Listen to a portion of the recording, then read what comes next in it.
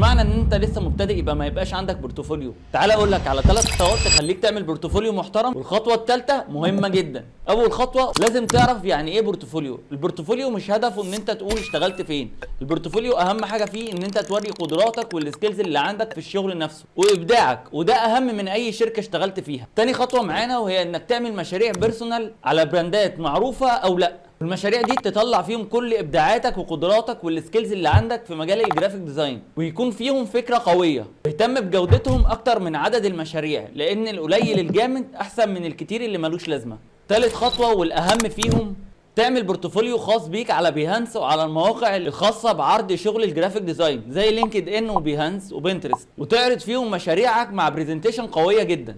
وفي البرزنتيشن دي تشرح فيها المشروع من اول خطوه، من اول الفكره لحد السكتش وبعدين الفيجوال النهائي. وده مهم لانه بيبين قد ايه انت مصمم فاهم اللي انت بتعمله، مش مجرد واحد بيقلد شغله وخلاص او واحد لسه مبتدئ. وفي الاخر لو عايز تبقى جامد في الجرافيك ديزاين ما تنساش تعمل فولو. شكرا.